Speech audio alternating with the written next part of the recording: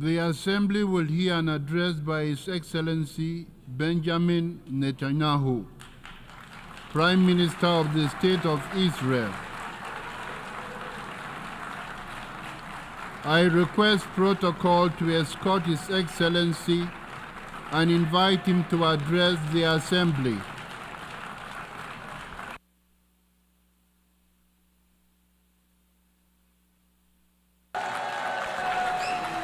Order, please. Ladies and gentlemen, order.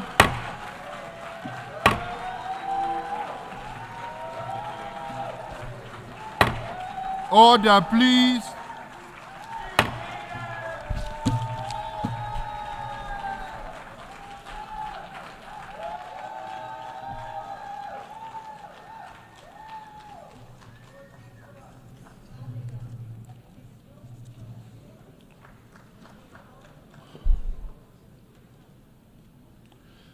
Mr. President, ladies and gentlemen, I didn't intend to come here this year. My country is at war, fighting for its life. But after I heard the lies and slanders leveled at my country by many of the speakers at this podium, I decided to come here and set the record straight.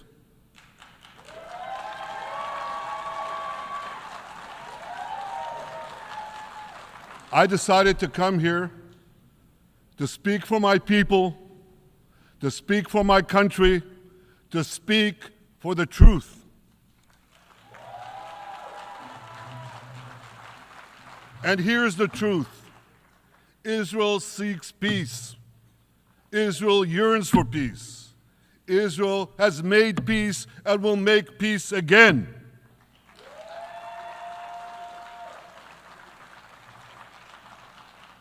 Yet we face savage enemies who seek our annihilation, and we must defend ourselves against these savage murderers.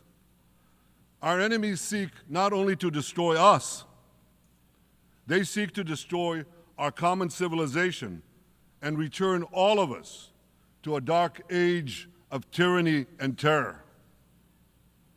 When I spoke here last year, I said we faced the same timeless choice that Moses put before the people of Israel thousands of years ago. As we were about to enter the Promised Land, Moses told us that our actions will determine whether we bequeath to future generations a blessing or a curse. And that is the choice we face today. The curse of Iran's unremitting aggression, or the blessing of a historic reconciliation between Arab and Jew. In the days that followed that speech, the blessing I spoke of came into sharper focus. A normalization deal between Saudi Arabia and Israel seemed closer than ever. But then came the curse of October 7th. Thousands of Iranian-backed Hamas terrorists from Gaza burst into Israel in pickup trucks, on motorcycles, and they committed unimaginable atrocities. They savagely murdered 1,200 people. They raped and mutilated women. They beheaded men. They burned babies alive. They burnt entire families alive, babies, children, parents, grandparents, in scenes reminiscent of the Nazi Holocaust. Hamas kidnapped 251 people from dozens of different countries, dragging them into the dungeons of Gaza. Israel has brought home 154 of these hostages, including 117 who returned alive. I want to assure you, we will not rest until the remaining hostages are brought home too. And some of their family members are here with us today. I ask you to stand up.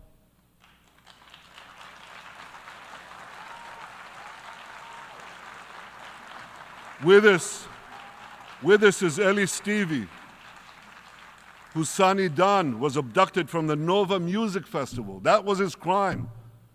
A music festival. And these murderous monsters took him. Kobe Smirno, whose son Jonathan was murdered, and his corpse was taken into the dungeons, into the terror tunnels of Gaza. A corpse held hostage. Salim al-Atrash, whose brother Muhammad, a brave Arab-Israeli soldier, was murdered. His body too was taken to Gaza. And so was the body of Ifat Hyman's daughter in Bar, who was brutally murdered at that same music festival. With us is Sharon Sharabi, whose brother Yossi was murdered and who prays for his older brother Eli, who is still held hostage in Gaza. And with us too is Izhar Lifsich from Kibbutz Nir Oz, a kibbutz that was wiped out by the terrorists. Thankfully, we achieved the release of his mother Yocheved, but his father Oded is still languishing in an underground terrorist hell of Hamas. I again promise you, we will return your loved ones home. We will not spare that effort until this holy mission is accomplished.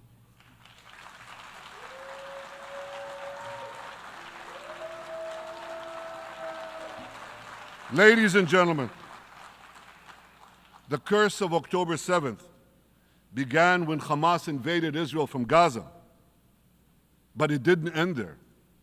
Israel was soon forced to defend itself on 6 more war fronts organized by Iran. On October 8th, Hezbollah attacked us from Lebanon. Since then, they fired over 8,000 rockets at our towns and cities, at our civilians, at our children.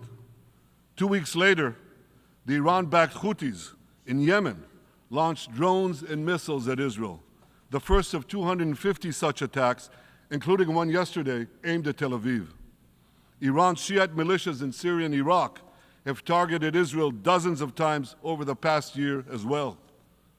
Fueled by Iran, Palestinian terrorists in Judea and Samaria perpetrated scores of attacks there and throughout Israel. And last April, for the first time ever, Iran directly attacked Israel from its own territory, firing 300 drones, cruise missiles, and ballistic missiles at us. I have a message for the tyrants of Tehran. If you strike us, we will strike you. There is no place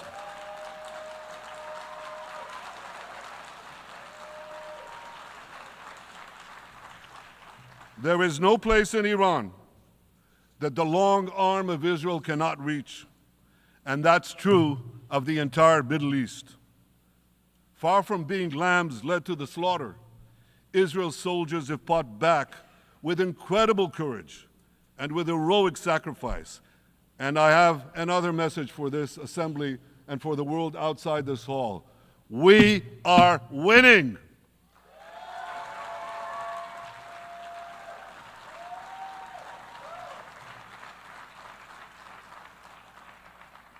Ladies and gentlemen, as Israel defends itself against Iran in the seven-front war, the line separating the blessing and the curse could not be more clear. This is the map I presented here last year. It's a map of a blessing. It shows Israel and its Arab partners forming a land bridge connecting Asia and Europe between the Indian Ocean and the Mediterranean Sea. Across this bridge, we will lay rail lines, energy pipelines, fiber optic cables, and this will serve the betterment of 2 billion people. Now look at this second map. It's a map. Look at the second map. It's a map of a curse. It's a map of an arc of terror that Iran has created and imposed from the Indian Ocean to the Mediterranean. Iran's malignant arc has shut down international waterways. It cuts off trade. It destroys millions, destroys nations from within, and inflicts misery on millions. On the one hand, a bright blessing a future of hope. On the other hand, a dark future of despair. And if you think this dark map is only a curse for Israel, if you think that, then you should think again. Because Iran's aggression, if it's not checked, will endanger every single country in the Middle East and many, many countries in the rest of the world. Because Iran seeks to impose its radicalism well beyond the Middle East. That's why it funds terror networks on 5 continents. That's why it builds ballistic missiles for nuclear warheads to threaten the entire world. For too long, the world has appeased Iran. It turns a blind eye to its internal repression. It turns a blind eye to its external aggression. Well, that appeasement must end. And that appeasement must end now.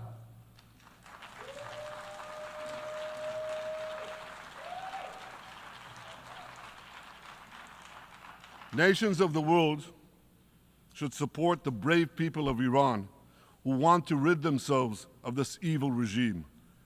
Responsible governments should not only support Israel in rolling back Iran's aggression, they should join Israel. They should join Israel in stopping Iran's nuclear weapons program. In this body, in the Security Council, we're going to have a deliberation in a few months. And I call on the Security Council to snap back UN Security Council sanctions against Iran, because we must all do everything in our power to ensure that Iran never gets nuclear weapons.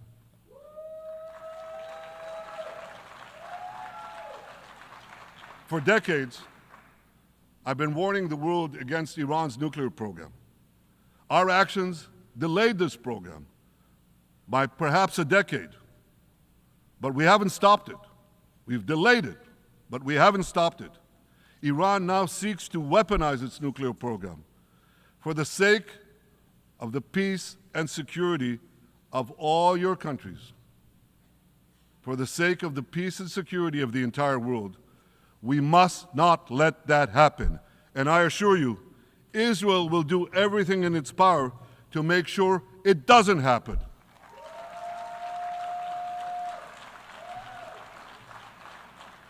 So, ladies and gentlemen, the question before us is simple. Which of these 2 maps that I showed you will shape our future? Will it be the blessings of peace and prosperity for Israel, our Arab partners, and the rest of the world? Or will it be the curse in which Iran and its proxies spread carnage and chaos everywhere? Israel has already made its choice. We've decided to advance the blessing. We're building a partnership for peace with our Arab neighbors while fighting the forces of terror that threaten that peace. For nearly a year, the brave men and women of the IDF have been systematically crushing Hamas's terror army that once ruled Gaza. On October 7th, the day of that invasion into Israel, that terror army numbered nearly 40,000 terrorists. It was armed with more than 15,000 rockets. It had 350 miles of terror tunnels, an underground network bigger than the New York subway system, which they used to wreak havoc above and below ground. A year later, the IDF has killed or captured more than half of these terrorists, destroyed over 90% of their rocket arsenal, and eliminated the key segments of their terror tunnel network. In major military operations,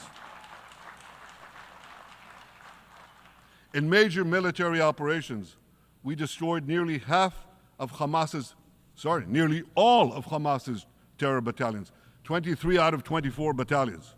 Now, to complete our victory, we are focused on mopping up Hamas's remaining fighting capabilities. We are taking out senior terrorist commanders and destroying remaining terrorist infrastructure.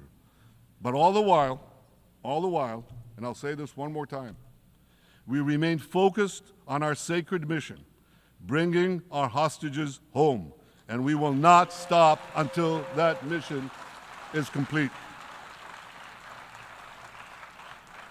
Now, ladies and gentlemen, even with Hamas's greatly diminished military capability, The terrorists still exercise some governing power in Gaza by stealing the food that we enable aid agencies to bring into Gaza. Hamas steals the food, and then they hike the prices. They feed their bellies, and then they fill their coffers with money that they extort from their own people. They sell the stolen food at exorbitant prices. And that's how they stay in power. Well, this too has to end, and we're working to bring it to an end.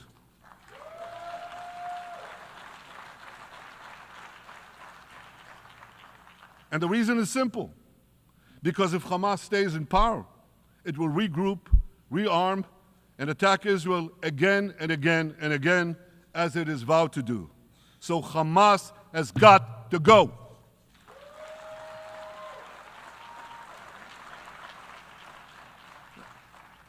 Just imagine, for those who say, well, Hamas has to stay, it has to be part of a post-war Gaza. Imagine, in a post-war situation in World War II, imagine allowing the defeated Nazis in 1945 to rebuild Germany. It's inconceivable, it's ridiculous. It didn't happen then, it's not going to happen now.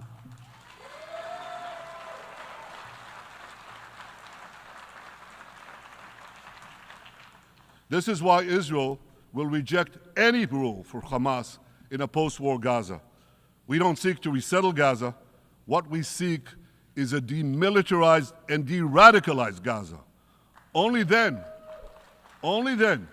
can we ensure that this round of fighting will be the last round of fighting. We are ready to work with regional and other partners to support a local civilian administration in Gaza committed to peaceful coexistence. As for the hostages, I have a message for the Hamas captors. Let them go. Let them go. All of them. Those alive today must be returned alive, and the remains of those whom you brutally killed must be returned to their families. Those families here with us today, and others in Israel, deserve to have a resting place for their loved ones, a place where they can grieve and remember them. This war, ladies and gentlemen, this war can come to an end now. All that has to happen is for Hamas to surrender, lay down its arms, and release all the hostages. But if they don't, we will fight until we achieve victory, total victory. There is no substitute for it.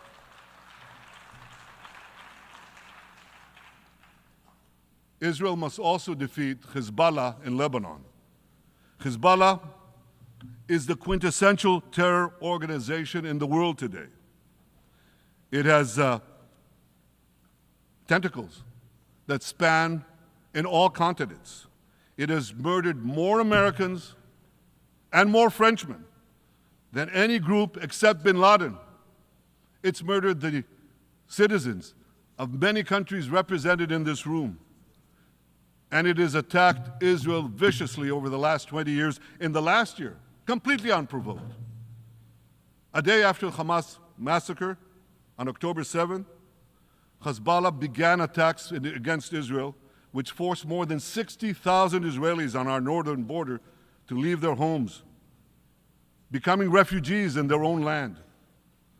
Hezbollah turned vibrant towns in the north of Israel into ghost towns. So I want you to think about this in equivalent American terms. Just imagine if terrorists turned El Paso and San Diego into ghost towns. Then ask yourself, how long would the American government tolerate that? A day? A week? A month? I doubt they tolerate it even for a single day. Yet Israel has been tolerating this intolerable situation for nearly a year. Well, I've come here today to say, enough is enough.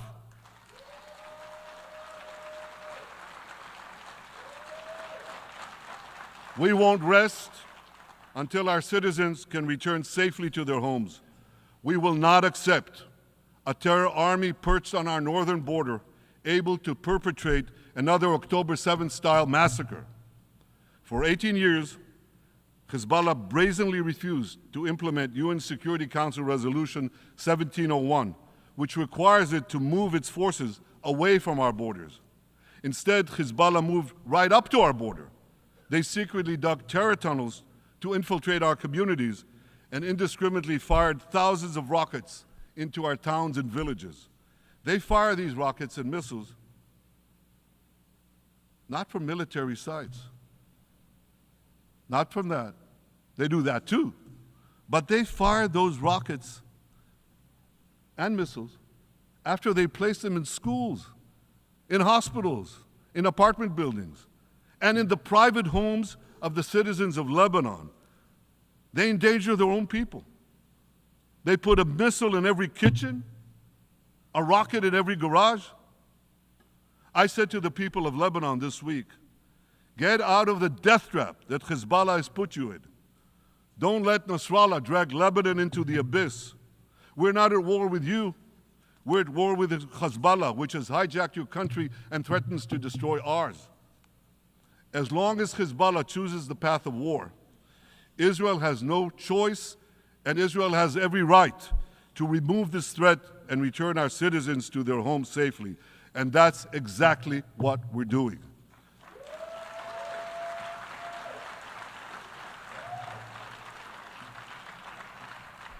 Just this week, the IDF destroyed large percentages of Hezbollah's rockets, which had built with Iran's funding for 3 decades.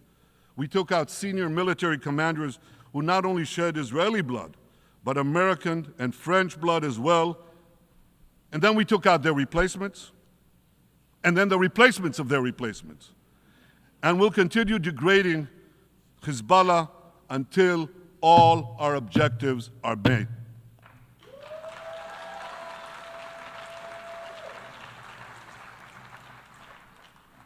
Ladies and gentlemen, we're committed to removing the curse of terrorism that threatens all civilized societies. But to truly realize the blessing of a new Middle East, we must continue the path we paved with the Abraham Accords 4 years ago. Above all, this means achieving a historic peace agreement between Israel and Saudi Arabia.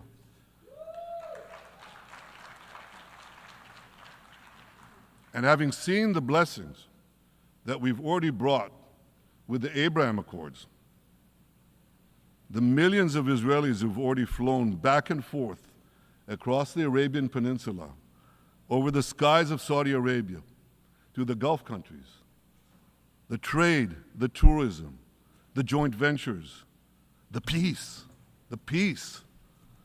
I say to you, what blessings such a peace with Saudi Arabia would bring. It would be a boon to the security and economy of our two countries. It would boost trade and tourism across the region. It would help transform the Middle East into a global juggernaut. Our two countries could cooperate on energy, water, agriculture, artificial intelligence, and many, many other fields. Such a peace, I'm sure, would be a true pivot of history.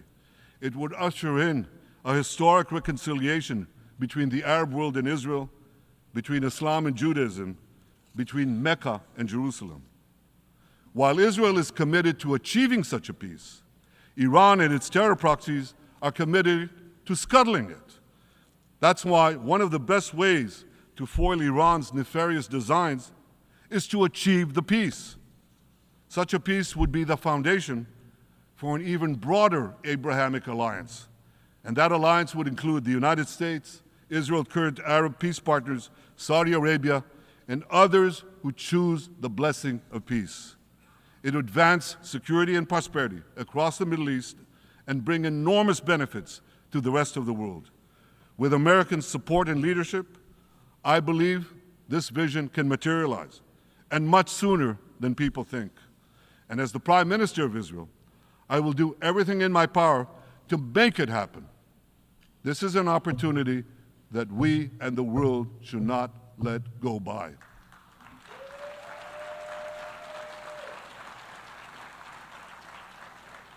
Ladies and gentlemen, Israel has made its choice. We seek to move forward to a bright age of prosperity and peace. Iran and its proxies have also made their choice.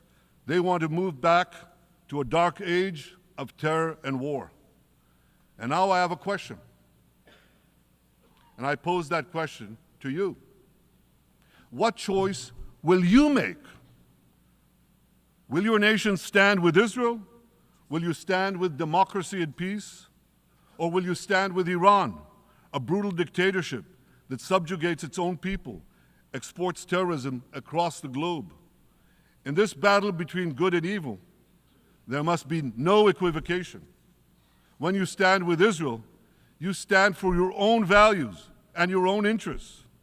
Yes, we're defending ourselves, but we're also defending you against a common enemy that through violence and terror seeks to destroy our way of life.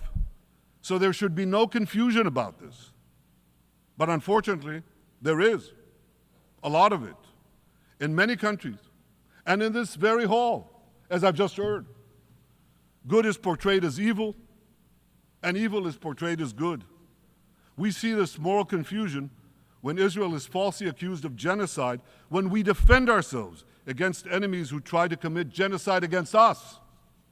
We see this too when Israel is absurdly accused by the ICC prosecutor of deliberately starving Palestinians in Gaza. What an absurdity. We helped bring in 700,000 tons of food into Gaza. That's more than 3,000 calories a day for every man, woman, and child in Gaza. We see this moral confusion when Israel is falsely accused of deliberately targeting civilians. We don't want to see a single person, a single innocent person die. That's always a tragedy. And that's why we do so much to minimize civilian casualties, even as our enemies use civilians as human shields. And no army has done what Israel is doing to minimize civilian casualties. We drop flyers, we send text messages, we make phone calls by the millions to ensure that Palestinian civilians get out of harm's way. We spare no effort in this noble pursuit. We see yet another profound moral confusion when self-described progressives march against the democracy of Israel. Don't they realize they support the Iranian-backed goons in Tehran and in Gaza? The goons who gun down protesters, murder women for not covering their hair, and hang gays in public squares, some progressives. According to the U.S. Director of National Intelligence, Iran funds and fuels many of the protesters against Israel. Who knows, maybe some of the protesters, or even many of the protesters outside this building now. Ladies and gentlemen, King Solomon, who reigned in our eternal capital, Jerusalem, 3,000 years ago, proclaimed something that is familiar to all of you. He said, "There is nothing new under the sun." Well, in an age of space travel, quantum physics, and artificial intelligence, some would argue that's a debatable statement. But one thing is undeniable. There is definitely nothing new at the United Nations.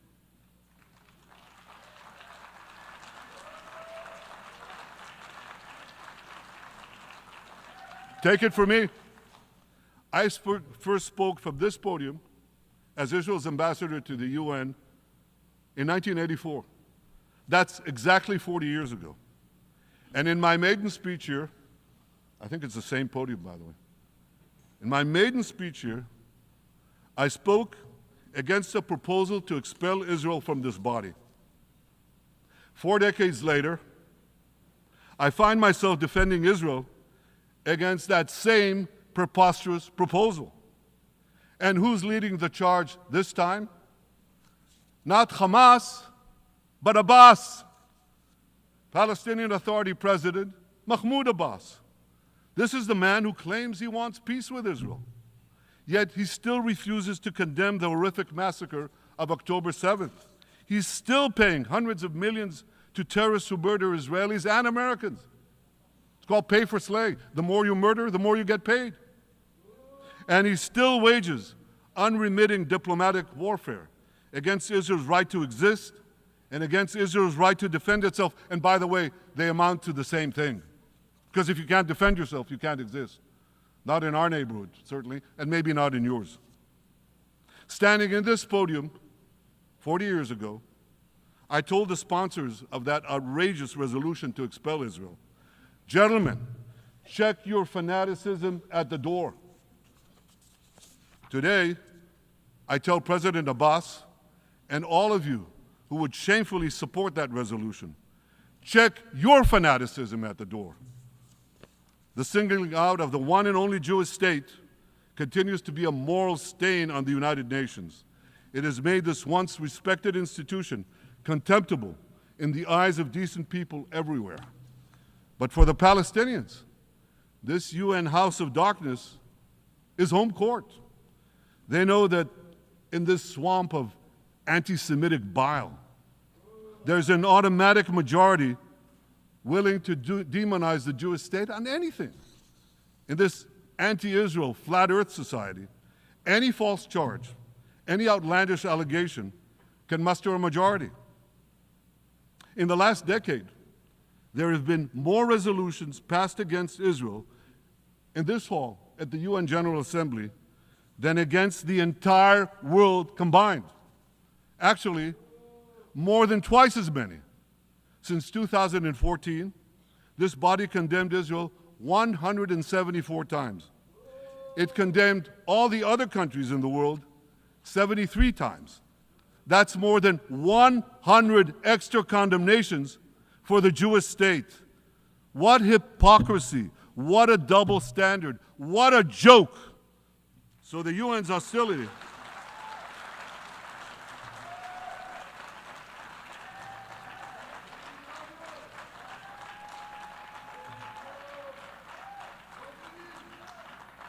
So all the speeches you heard today, all the hostility directed at Israel this year, it's not about Gaza. It's about Israel. It's always been about Israel's very existence.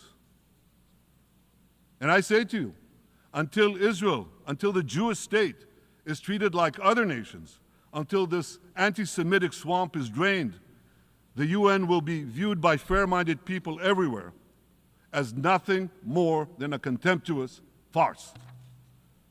Now, given the anti-Semitism at the UN, it should surprise no one that the prosecutor at the ICC, one of the UN's affiliated organs, is considering issuing arrest warrants against me and Israel's defense minister, the democratically elected leaders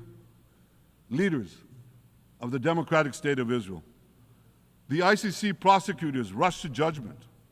His refusal to treat Israel with its independent courts the way other democracies are treated is hard to explain by anything other than pure anti-Semitism.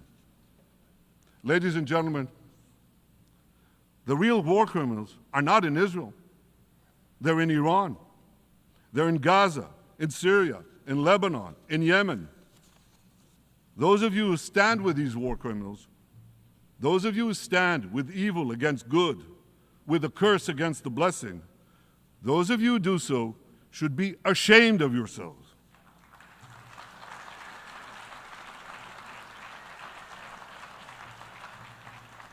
But I have a message for you. Israel will win this battle. We'll win this battle because we don't have a choice.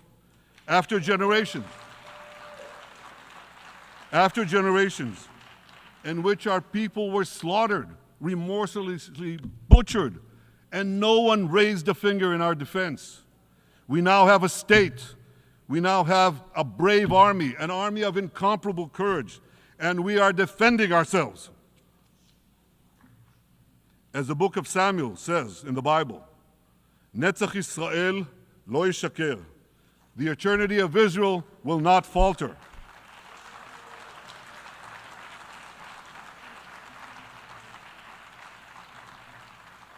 In the Jewish people's epic journey from antiquity, in our odyssey through the tempest and upheavals of modern times, that ancient promise has always been kept, and it will hold true for all time. To borrow a great poet's phrase, Israel will not go gently into that good night. We will never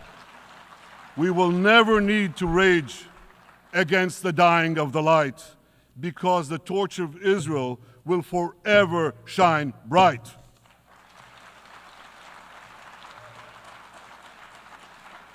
To the people of Israel and to the soldiers of Israel, I say, be strong and of good courage. חזקו ואמצו ואל תיראו מפניהם, כי אדוני אלוהיך הוא ההולך עמך, לא ירפך ולא יעזבך. Am Yisrael Chai, the people of Israel live, now, tomorrow, forever. Thank you.